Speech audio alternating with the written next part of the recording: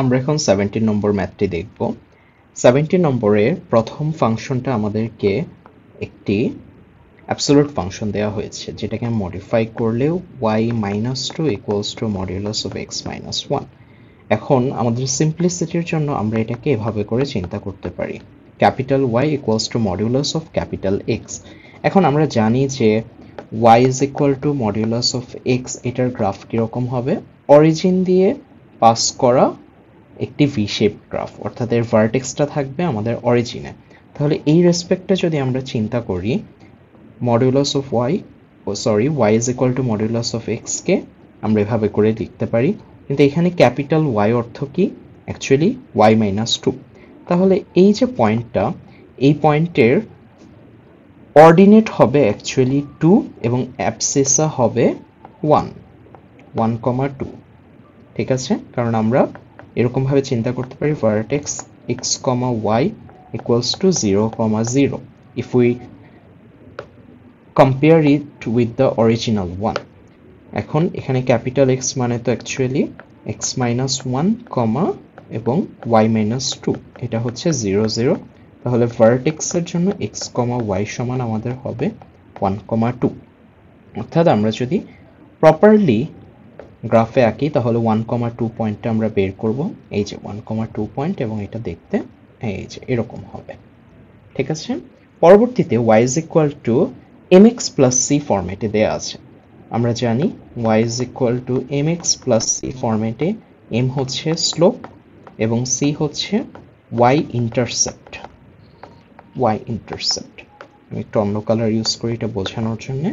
So এইখানে আমাদের m অর্থাৎ স্লোপ একটা নেগেটিভ ভ্যালু দেয়া, -1/5, এবং স্লোপ একটি পজিটিভ ভ্যালু দেয়া। অর্থাৎ আমরা যদি জেনারেল একটা শেপের আইডিয়া করি, এটা দেখতে এরকম কিছু একটা হবে। স্লোপ নেগেটিভ বিধায় আমরা এই দিক করে দিয়েছি, এবং এই ভ্যালুটা হবে আমাদের 7, y ইন্টারসেপ্ট। এখন আমরা মেইন গ্রাফে যদি প্লট করি, একটা বিষয় নিয়ে কেয়ারফুল থাকতে হবে যে কোন পয়েন্টে তারা ইন্টারসেক্ট করে। আমরা আমাদের সুবিধার্থে এরকম একটা কিছু ধরে নিতে পারি, বা আরও অ্যাকুরেসির জন্য আমরা আগে অ্যাকচুয়ালি ইন্টারসেক্টিং পয়েন্টগুলো বের করে নিলে একটু বেটার হয়, তাহলে আমরা মোটামুটি একটা আইডিয়া পাবো। আচ্ছা, তাহলে প্রথম গ্রাফটা যদি দেখি যে y অ্যাক্সিসকে কোন পয়েন্টে অ্যাকচুয়ালি ইন্টারসেপ্ট করেছে, অর্থাৎ x এর ভ্যালু যখন 0 হবে তখন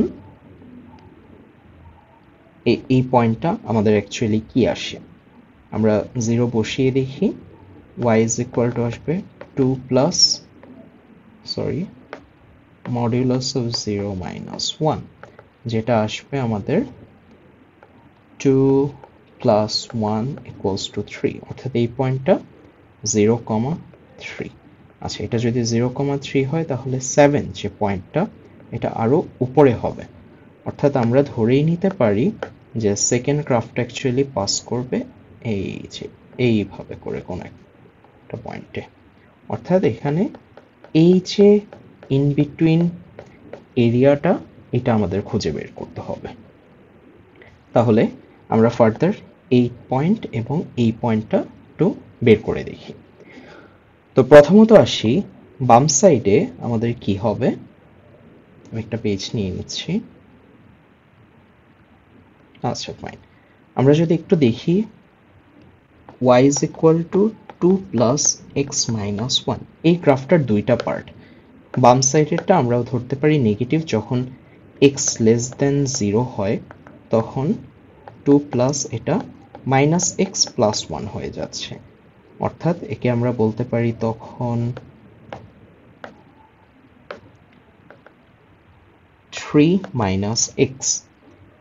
এবং এই গ্রাফটা যখন x গ্রেটার দেন 0 তখন কি হবে, 2 প্লাস পজিটিভ ভ্যালুটা নিব আমরা x মাইনাস 1, তাহলে এটা আসছে আমাদের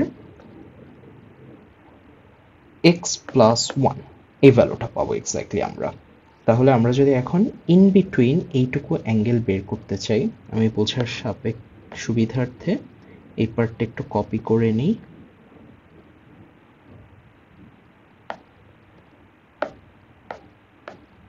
ওকে, ওকে ফাইন, ঠিক আছে। তাহলে এখন আমরা ইন্টারসেক্টিং পয়েন্টগুলো একটু বের করে দেখি।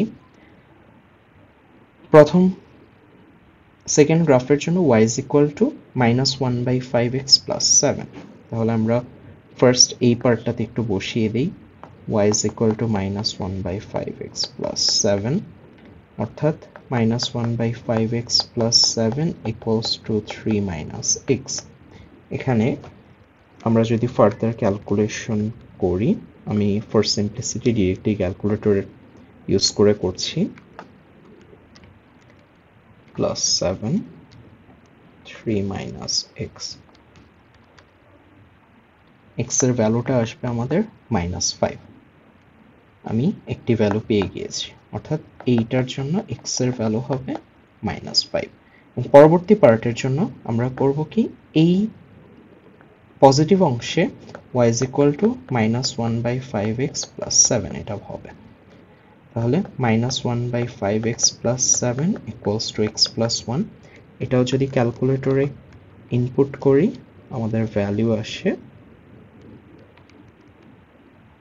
5 এক্স্যাক্টলি, x equals to 5। আমরা দুটো ভ্যালুই পেয়ে গিয়েছি, এই ভ্যালুটা হবে 5।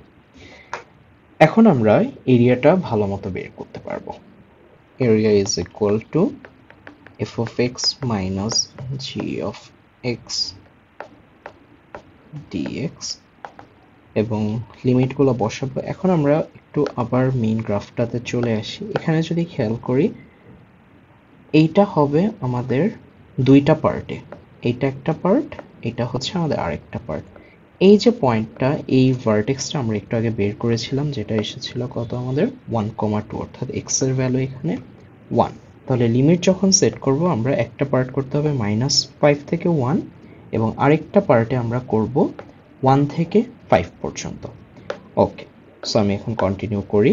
f of x বলতে আমি হচ্ছে এই স্ট্রেট লাইনটাকে নিয়েছি, যেটা -1/5x plus 7 মাইনাস, যেহেতু আমি বাম সাইডের ক্যালকুলেশনটা করছি, তাহলে আমার এই যে এই পার্টের যে ভ্যালু, এই পার্টের ভ্যালুটা আসে আমার 3 minus x, আমি এটা নিব -3 plus x dx, প্লাস পরের পার্টটুকুর জন্য সেম -1/5x plus 7, এবং পরবর্তী পার্টের জন্য অ্যাবসোলিউট ফাংশন গ্রাফের ভ্যালুটা x plus 1 আসে, সো -x minus 1 dx।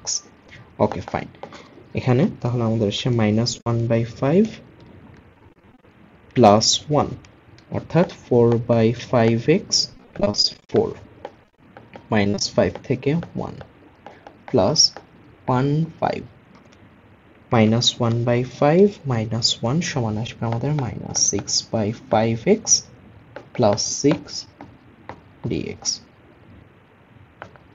তাহলে আমরা ফার্দার ইন্টিগ্রেশন করি, 4/5 x square by 2 হবে প্লাস 4x, -5 থেকে 1 plus -6/5 x square by 2 plus 6x, 1 থেকে 5।